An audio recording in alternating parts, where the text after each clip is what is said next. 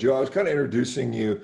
So the way this is just basically we've got, a whole bunch of folks in here.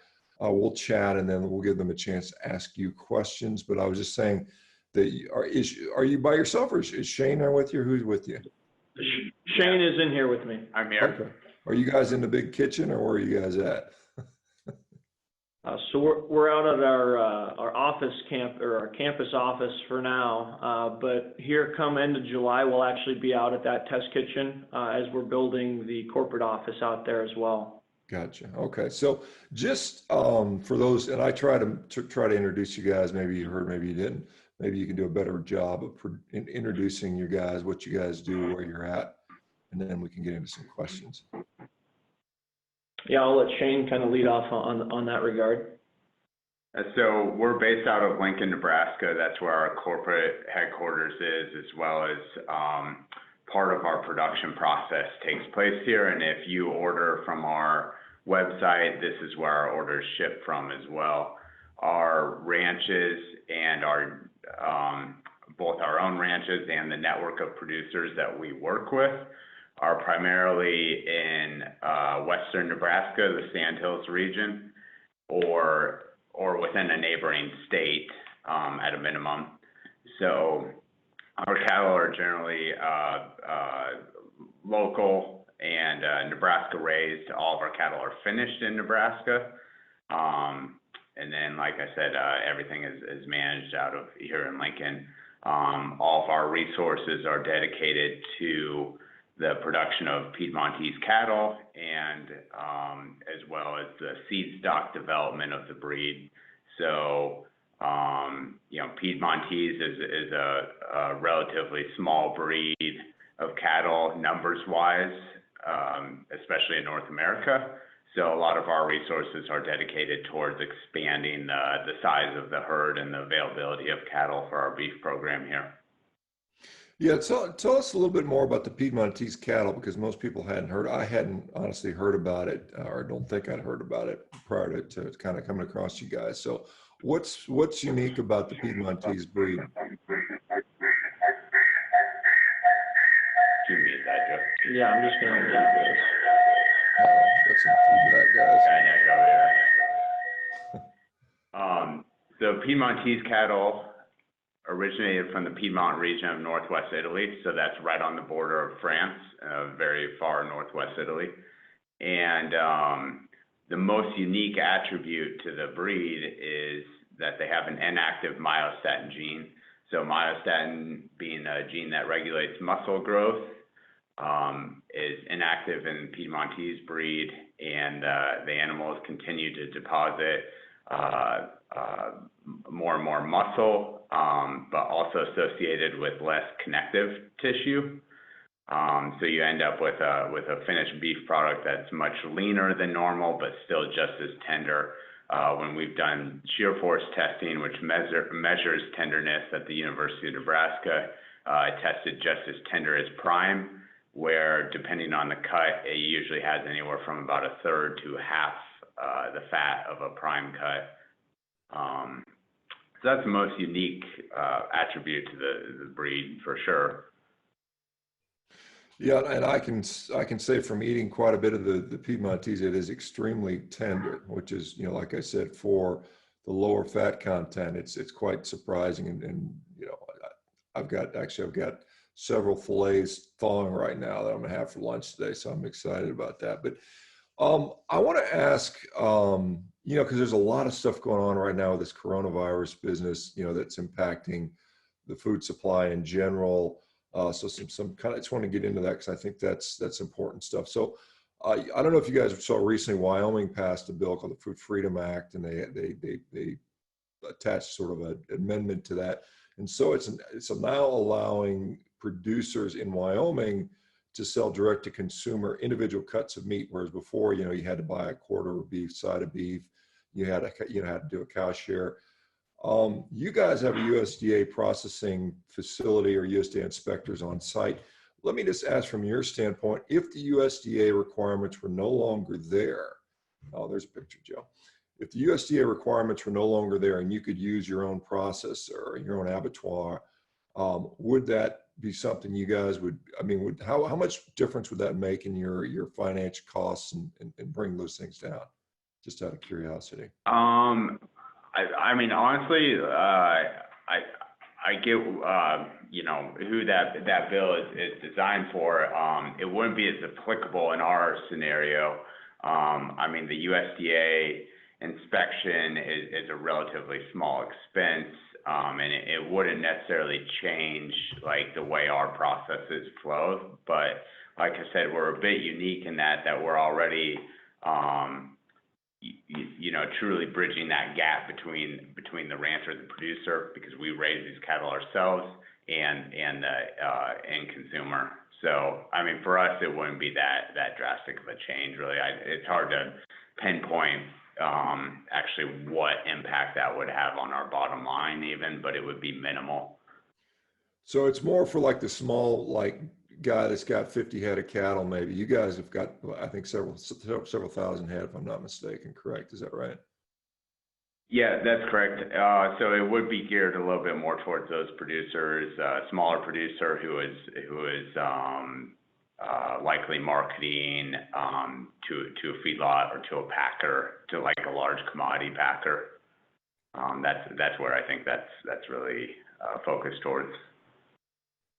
Yeah, are you guys seeing any, are you guys concerned? I mean, you know, I'm seeing stuff in the media, and again, obviously the media, you never know who to, because there's so much information going back and forth about this stuff about, you know, dairy farmers being told to sell their herds, you know, beef packing companies being shut down due to coronavirus.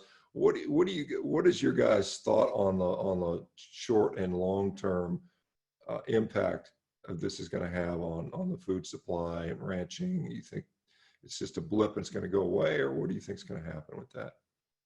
It's hard to say right now. I mean, I suspect that this is, at least in the short term, it's certainly driving the direct to consumer sales, which we were well suited to shift to that in our business.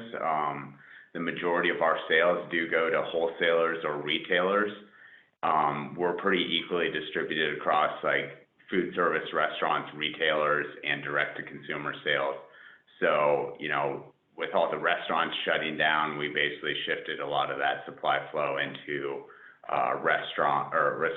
retailers and our direct to consumer sales, which I think is where, at least for the foreseeable future, you know, most of these sales are going to occur. The other thing that we've seen in grocery stores is, especially in California and other states are doing this as well, is that they're mandating that the beef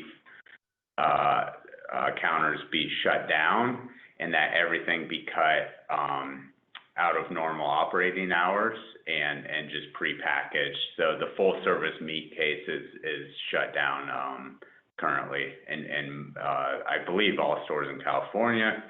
And I've heard of a few other states doing the same as well. So it's probably really going to drive a move towards more self-service meat cases, prepackaged steaks.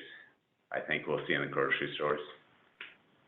Yeah, I mean, I think that's something like you've got in some places in Europe. I know people in Scandinavia have said that, you know, they can't, there's no butcher on site. I mean, everything's in a package. And so if you wanted you know, I guess a specially cut, maybe you'd have to pre-order in advance or something like that. I'm not sure how that works there, but I know I've heard people kind of complaining about that. You know, do you guys,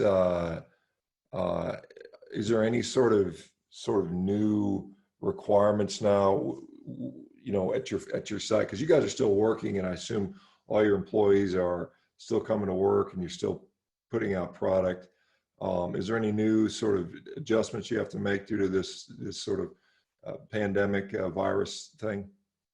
No, yeah, that's correct. So all of our employees, our business is deemed essential. There's certain people within our staff who are able to work remotely. So we're on our office campus right now, and then our warehouse employees, though, we've limited anybody working in our warehouse.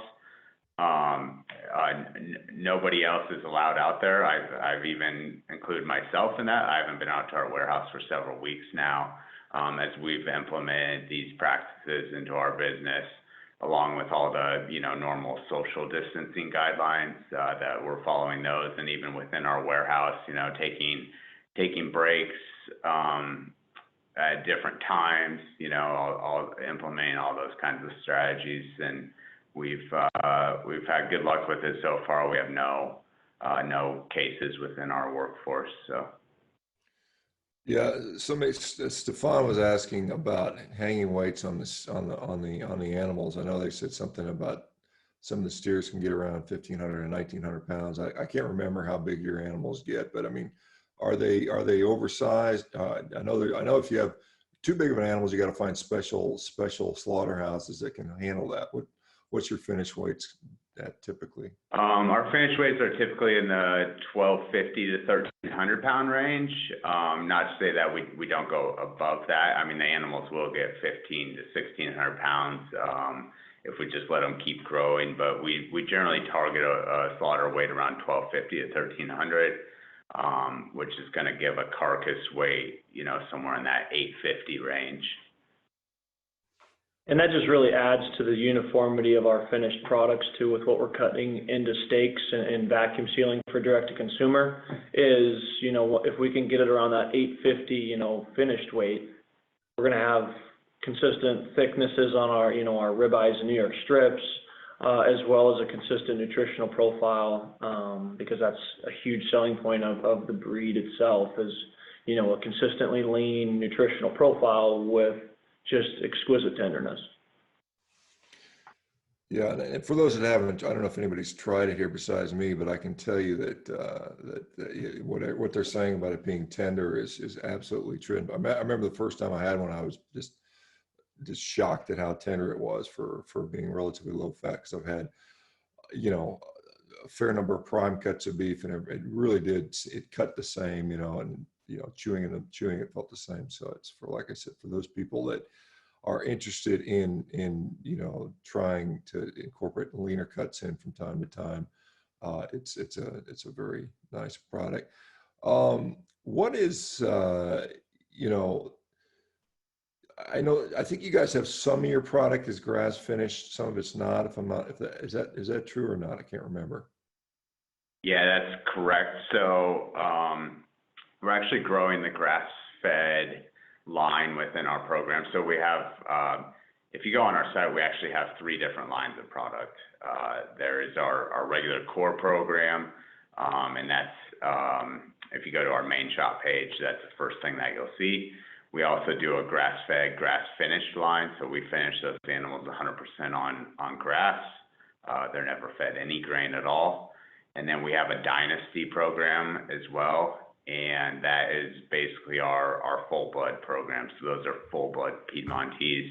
The animals that we use for our regular core program and for the grass-fed program are F1 cross animals.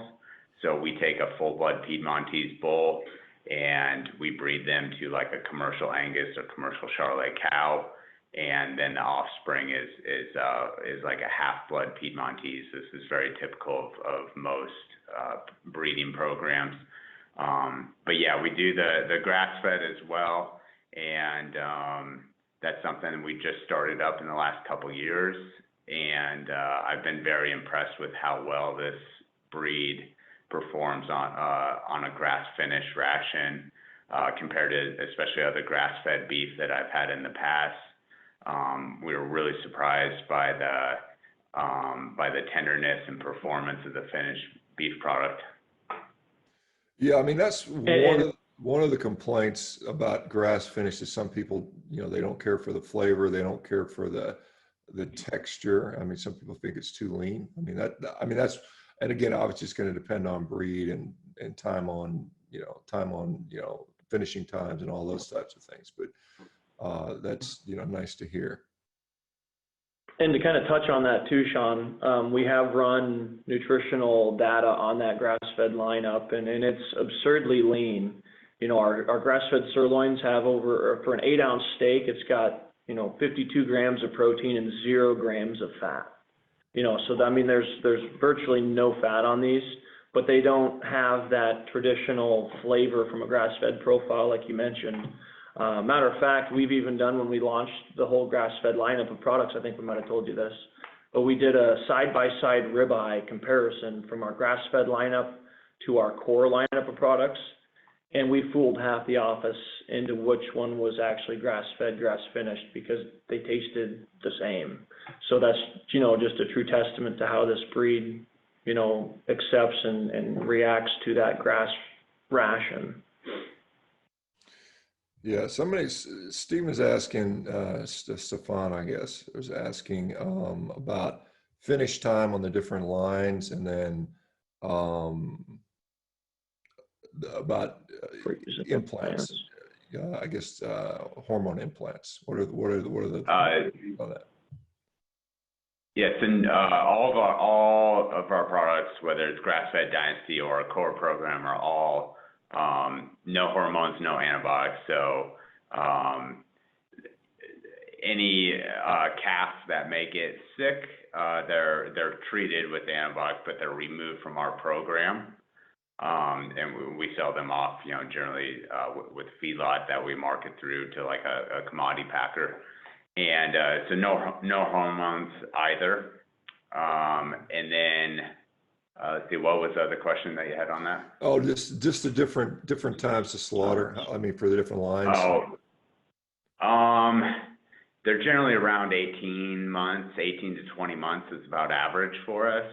Grass-fed may take a couple months longer, but there again, we've really experienced great performance out of these animals. I think a natural attribute to the breed is their feed conversion is very good, especially on a grass finishing ration. So we haven't noticed, need for extended feeding times or anything, even when they're placed on a grass finishing ration. And if I can go back just a little bit as well, briefly, is we are third-party audited to adhere to those all-natural standards. So, we're talking the talk, but we're also walking the walk. And as also, going way back, the branded program is called Certified Piedmontese, and it's certified because we DNA test every single animal in our program to confirm that they have that Piedmontese heritage, and specifically that they have that inactive myostatin gene found only in the Piedmontese breed. And I guess that's probably one of the reasons why they do so well on grass, because normally, we hear grass finishing, they got to add, 6, 8, 10, 12 months to get the same, level of, to get to market weight. And so that's pretty remarkable that you can get them there quicker, because that's more efficiency. And I like to see, as I support, this sort of, we like to see, there's a lot of us here that are supportive of, grass finishing, regenerative style agriculture. If you can get those animals finished more quickly by breeding, then it's a win-win, because you're potentially having the environmental impact benefits that are potentially there without the extra time needed to, raise the product. So that's really good. Hey, somebody's asking, do you guys sell, I know you guys sell a lot of steaks and stuff like that. And we had this discussion about organs. I know you said it's kind of painful, difficult because they don't keep very long, but asking about things like suet and other things like that. Do you ever have a market for that, or is that something you guys sell from time to time? We're looking to expand into some of these Offal products. We did just recently add a liver to our lineup, and that's off of the grass-fed animals. We only collect them off the grass-fed animals. So you can find that on our site, and we are looking to expand to that in the future. There's quite a few other complications that come with harvesting and collecting those, but we're getting a lot of interest for it. We also are collecting and splitting the bones, grass-fed bones, to harvest the marrow out of, and that's been received very well recently.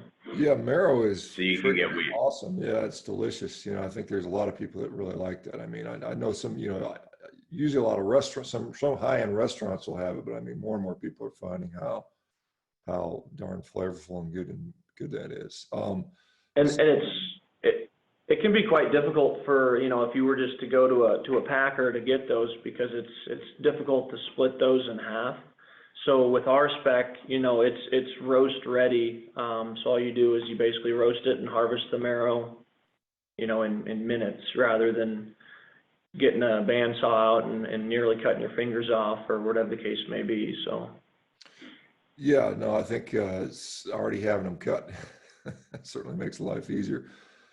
Just more questions. Stefan was asking about the forges for grass finish. Are you using, when you say ration, are you using pellets or something like that? I'm not sure what the ration is on grass finished.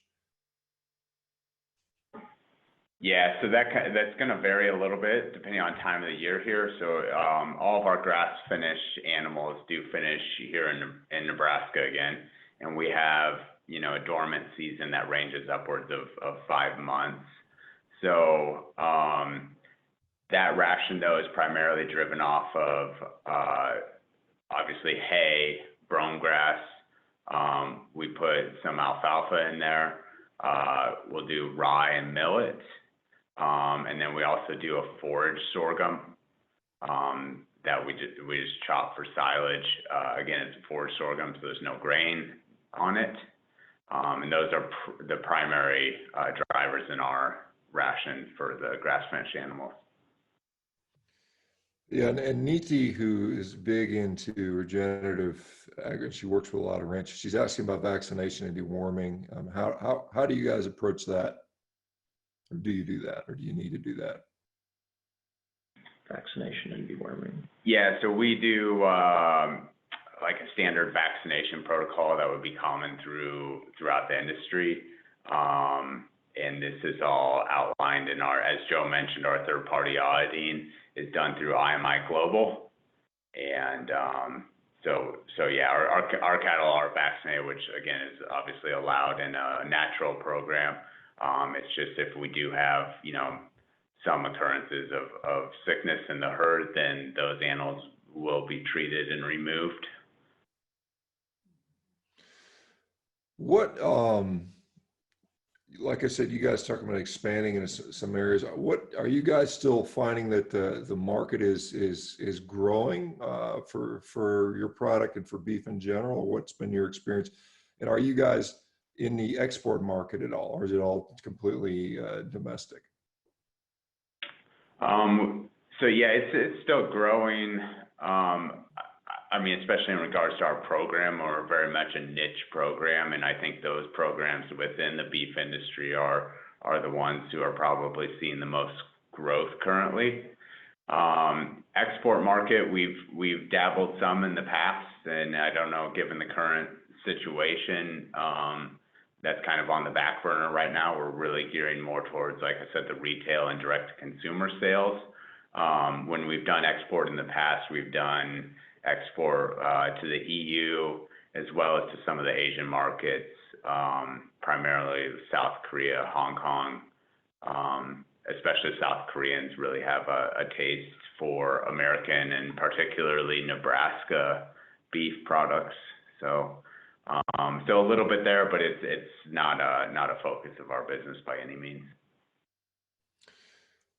What, you know, do you guys sell like primal, or do you guys sell cow shares, or if somebody wants to get a side of beef from you guys, is that something you guys are able to do, or no? So we currently don't really offer your traditional side of beef, but we did just recently come out with our equivalent for direct to consumer, and that's what we're calling the freezer filler. So it's, you know, 105 pounds of beef, and of that it's 48 pounds of ground beef, but you're actually going to be getting a lot more steak and roast cuts than you would if you were traditionally just to go get a side of beef, because there, you know, it's a 60-40, 70-30 split of ground beef to steaks. So, you know, here you're getting really, really high end, and you're getting more steak cuts as well. But just due to the number of cattle that we have, you know, it accounts for less than 0.5% of all cattle in North America. You know, it kind of does us and the breed a disservice, you know, to offer traditional sides of beef in that regard, just because the numbers don't support it. Yeah, I was wondering about, I know you guys have you have some like jerky products or sticks and stuff like that. Are you guys planning on doing, like, I know some people that aren't big fans of liver by itself prefer like it in a in a sausage form, or like a liverwurst, or a ground beef mixture? Is that something you guys have looked into at all? Yeah, I'm definitely open to that. We've made a lot of efforts to expand our value-added line of products in the last year or two, and I really foresee a lot of development in that area still, and that's an item that I'll definitely take into consideration there, because I think that could be a really good item for us to add. Yeah, I know some people are mentioning pemmican pate, and I know, like, I don't know if you guys are familiar with biltong, which is it's kind of like a jerky-like product, but it's done air dried with vinegar typically. It's just a South African model, and it, for my taste, is better. I don't know how. I don't know, how. Well, I assume your cows would make biltong just as well, just as a hint product suggestion. That's I don't know, that's possible, but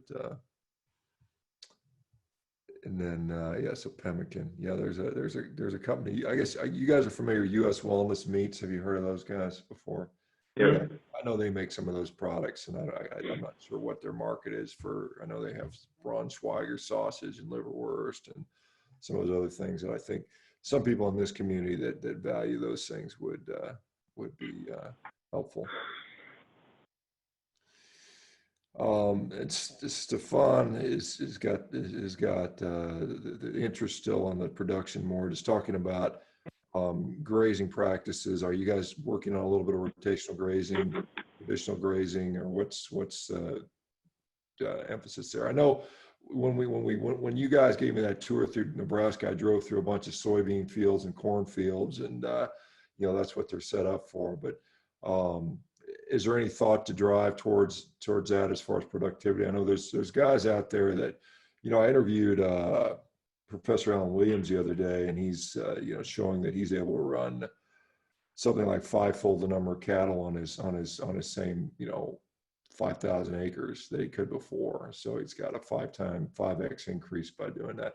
Is that something you guys are considering at some point, or doing at some degree? Yeah, we do. It varies by location. Again, like when you came out here, we were in the eastern part of the state. Not a lot of cattle out here, actually. Most of them are in the western parts of the state, and they're pretty large, expansive ranches out there. But the cattle that you did see that we have here that are close to Lincoln, we run on a pretty management-intensive system there. It tends to be something like the more productive ground you get into, then the more of an incentive there is to run a management-intensive system. When you get out into especially the really large ranches in the western U.S. That may have thousands of acres, and it may take 20, 30, 40 acres per cow-calf pair. Those are the areas that you tend to find less intensive rotations. But again, depending on the locality, we try to do that as much as possible.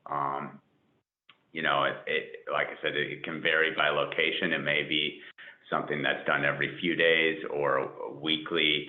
At a minimum, it's done every couple of weeks for rotating pastures, even out into western Nebraska. Yeah, somebody's asking just more information. What's your livestock load per acre? How many acres do you guys have? Basically, I'm sure it varies by location a little bit, somewhat, I'd imagine. So yeah, again, we work with a network of producers of our own. We operate on around 50,000 acres. And the numbers can vary. On average ranches in Nebraska are about one cow-calf pair per 15 acres. And again, that can vary widely, though.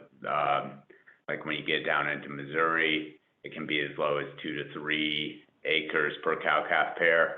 And if you get out into the West Texas Panhandle or New Mexico, you may be running into 40, upwards of 50 acres per cow-calf pair. What is so is the breed grow? I mean, the number. Do you find that the interest in the breed is growing? Do you get a lot more producers that are like, "Hey, we want to run this breed"? You know, is that occurring in the U.S. currently? Ye- Yeah, I mean, we've been at this with the Piedmontese breed for, from our live side, we've been at it for about 12 years.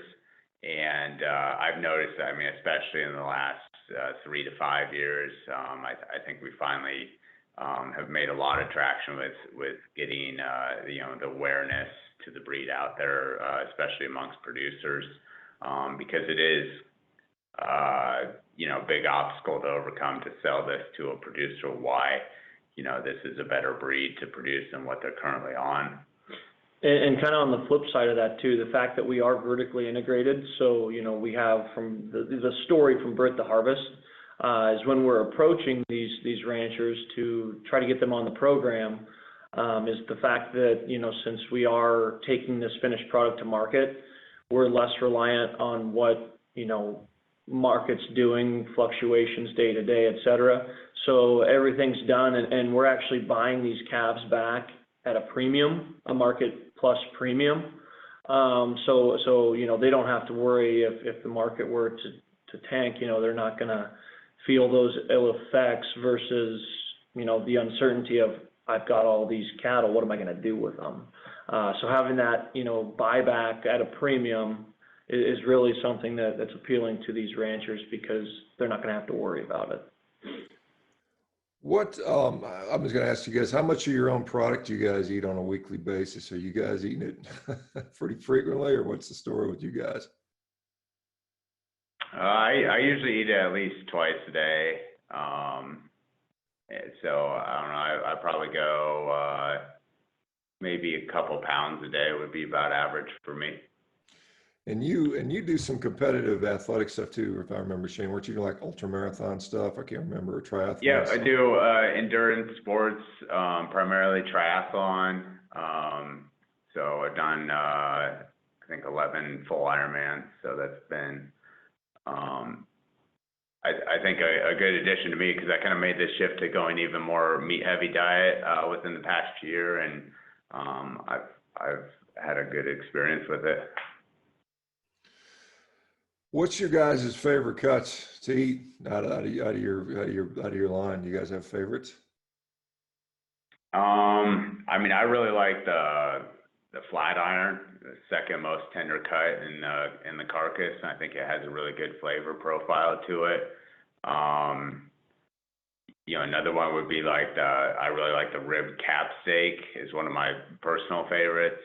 Another cut that I think is probably one that gives you the most bang for the buck is any sirloin, and particularly the grass-fed sirloin that we offer.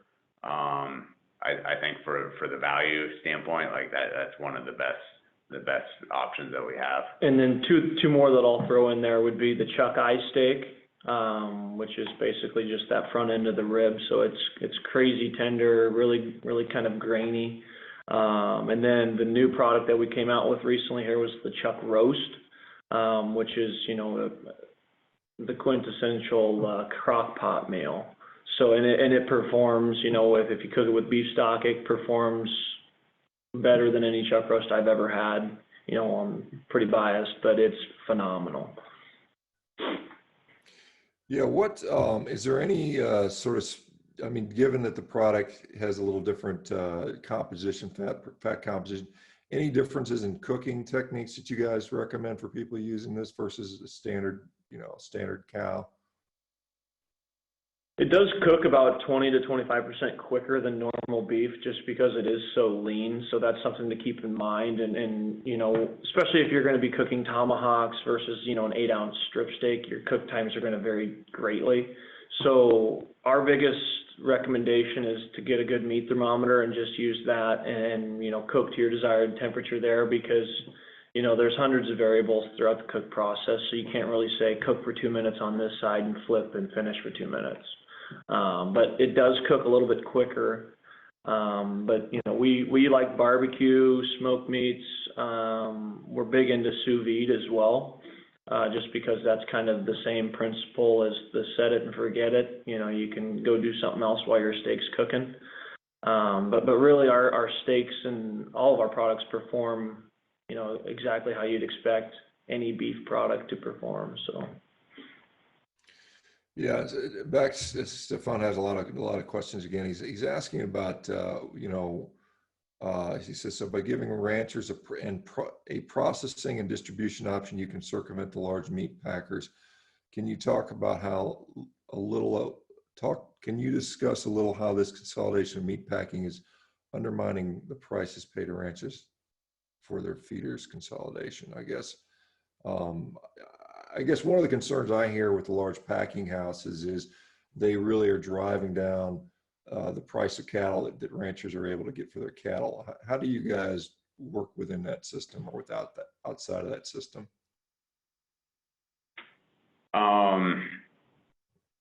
Well, I guess to further on what Joe was speaking to earlier is that we pay a market base plus a premium. So, I mean, our prices are market driven, but you know, that premium that we pay on top of market price, I guess is what really makes up for that difference. I can't really speak much to, you know, what's going on in the packing world. Like we're not really involved in that. That is, you know, the alternative though that like our producers have. So that's the advantage of our program is that, you know, for a lot of the producers that we work with, I mean, I know that premium that we pay for their cattle is essentially what their profit margin is. And then that creates a sustainable system for both parties then.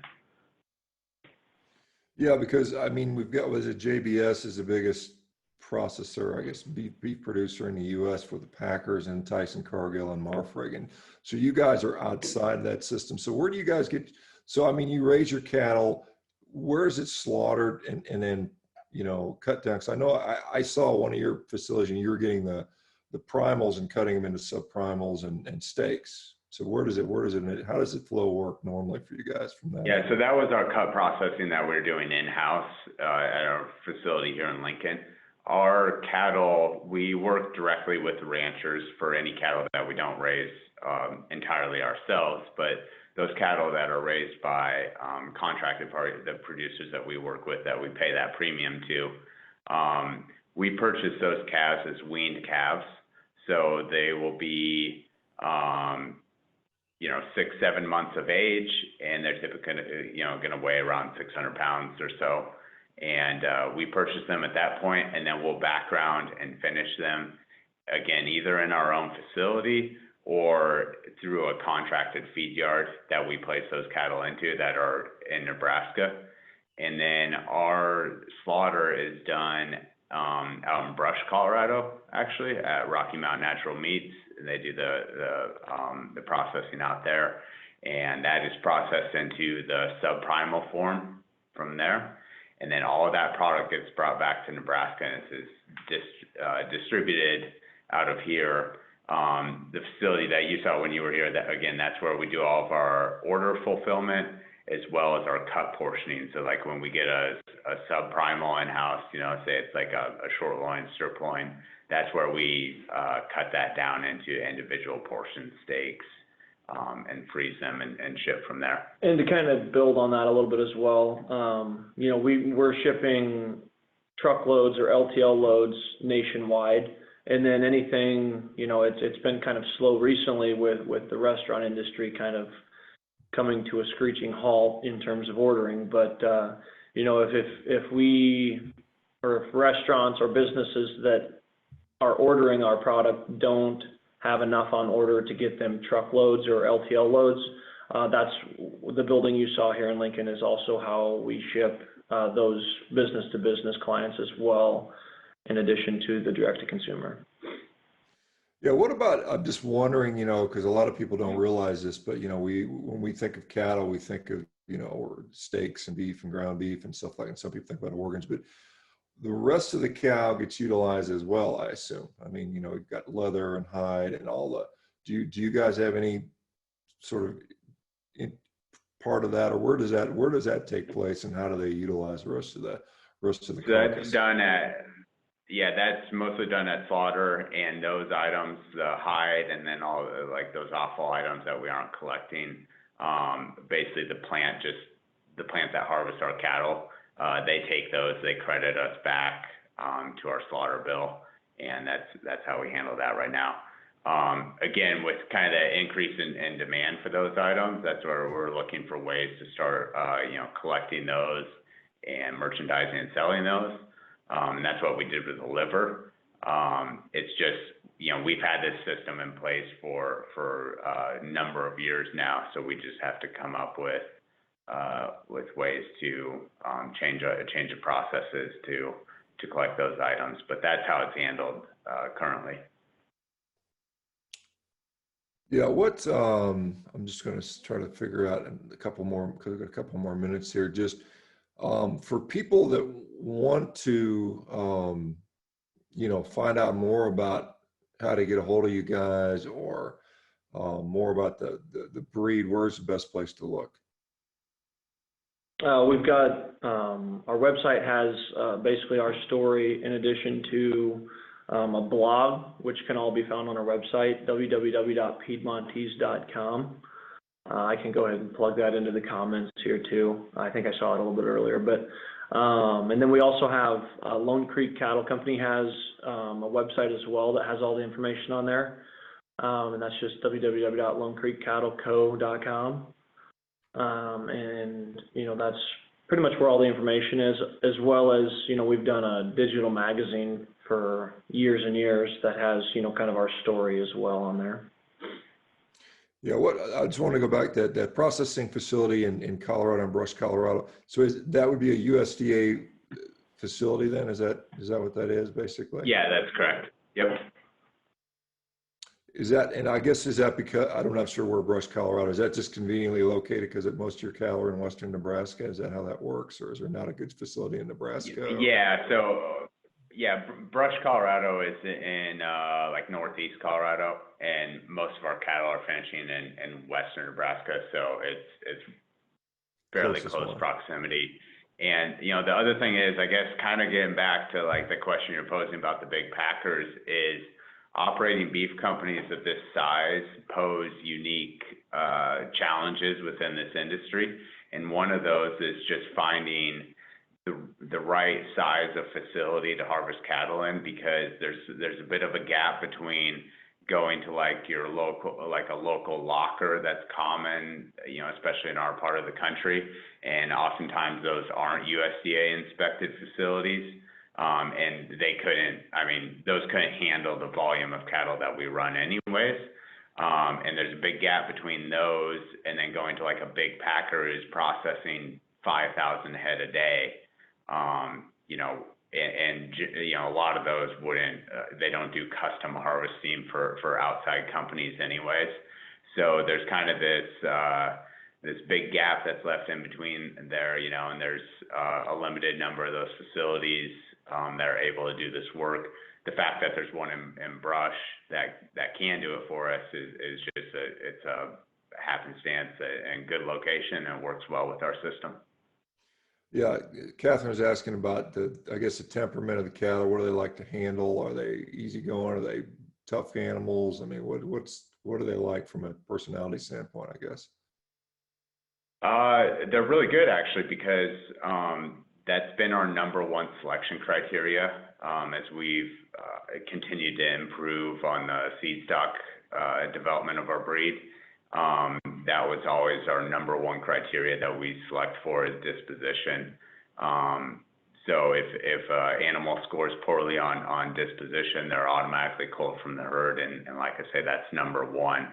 Once you get past that, then we look at like phenotypic traits, bloodlines, and growth, feed conversion ratios, and whatnot. But disposition's been number one in our program from the beginning. Especially since, we're leasing these out to family ranchers. The last thing we want is for one of our bulls to kind of go haywire and hurt somebody, or possibly even kill them. So. Yeah, I guess that's something that people don't realize, that cows are pretty dangerous animals, or they can be. They're big. I mean, and I think they're like top 10 in the world for killing humans. And not that animals kill a lot of people. I mean, mosquitoes kill the most people, and I think it's crocodiles after that, but and hippos. But I mean, cows are in the top 10. So I guess just because there's so many human cow interactions in the world, but it is a real concern. I mean, have you guys ever had any?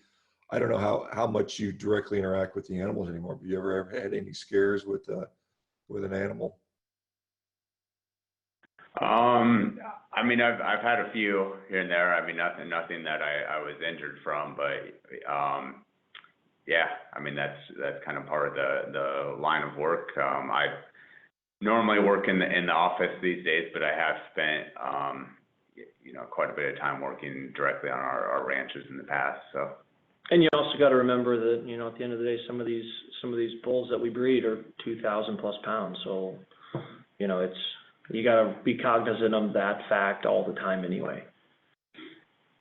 Yeah, somebody Stefan was asking again about processing. How many head of cattle do you process typically per day, per week? I'm not sure what your volume is.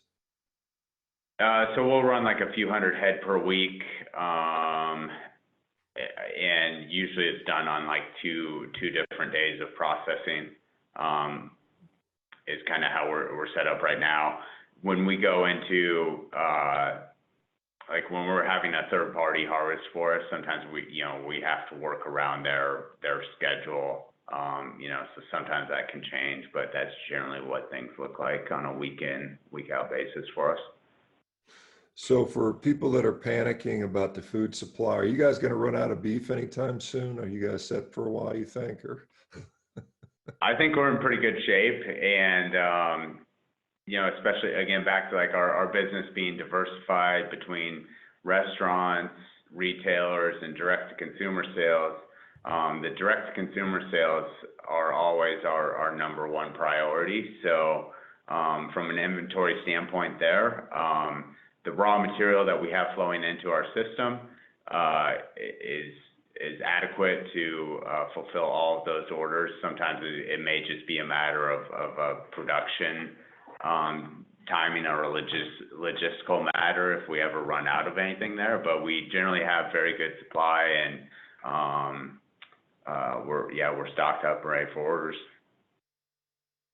well, that's encouraging to hear. I'm not that concerned about the country running out of meat, but I know there's some people that that don't like us eating meat would love to see that happen, and they're certainly celebrating whenever they hear about a dairy closing or a ranch struggling. So it's good to see you guys are maintaining a level of success and continuing to be successful, and hopefully more people will hear about this. Hey, is a breed big in Europe? I mean, you said it's an Italian breed. Is it very popular in Italy and through the rest of Europe as far as that breed being utilized there? Or are you guys bigger? Are we bigger here in the U.S. with Piedmontese than they are in Italy now? It's actually, no, it's still bigger in Italy. Like in Piedmont, the numbers are around 270 to 300,000 animals.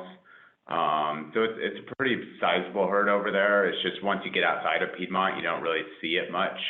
Most of the breed and the animals that they raise there are consumed within Piedmont. Because like even when you get into southern Italy, like they don't really ever get it down there.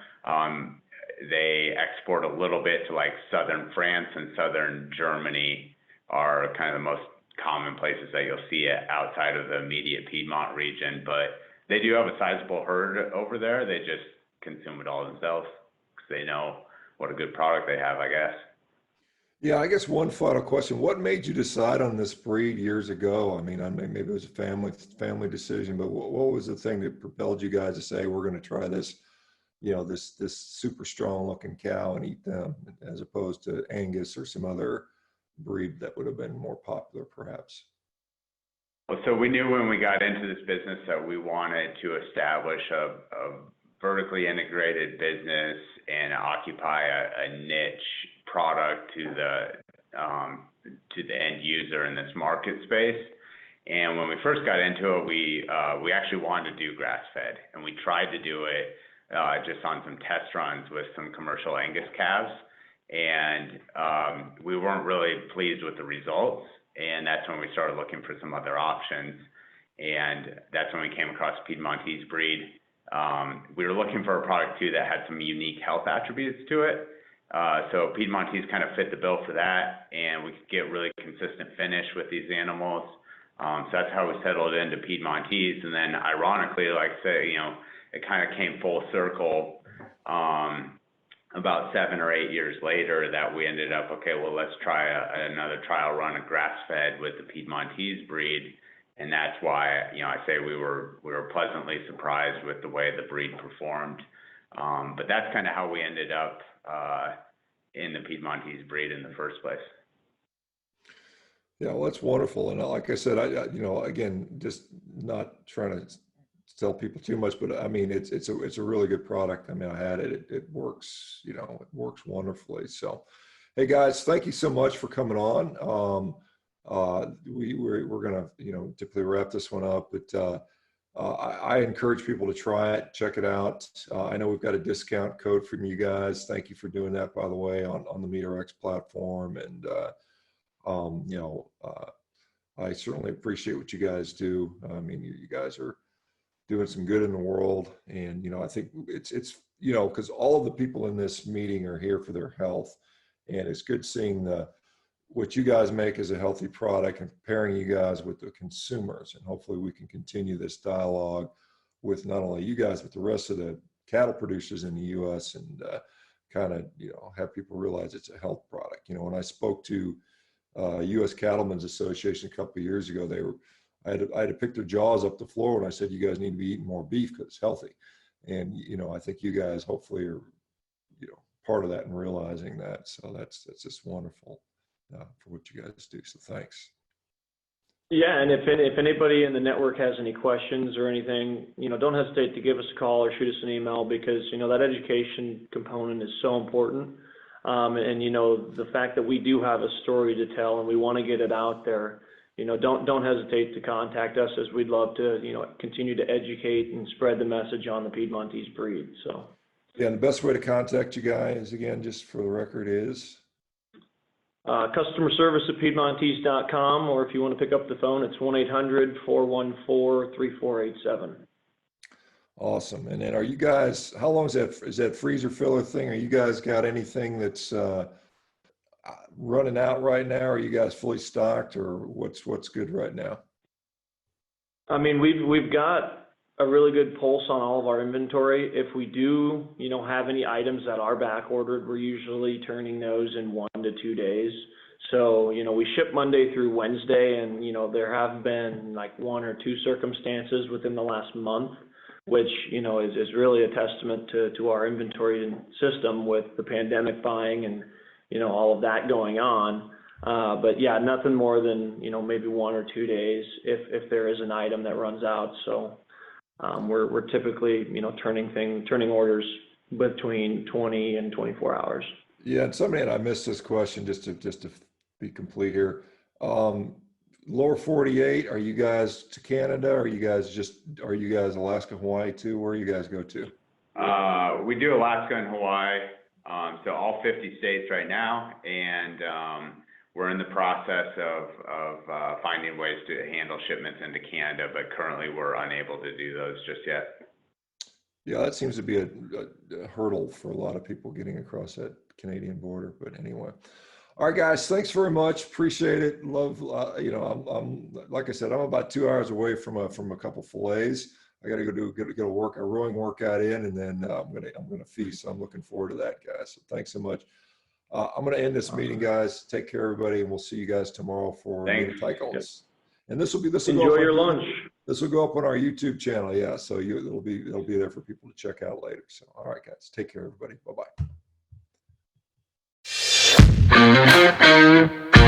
bye.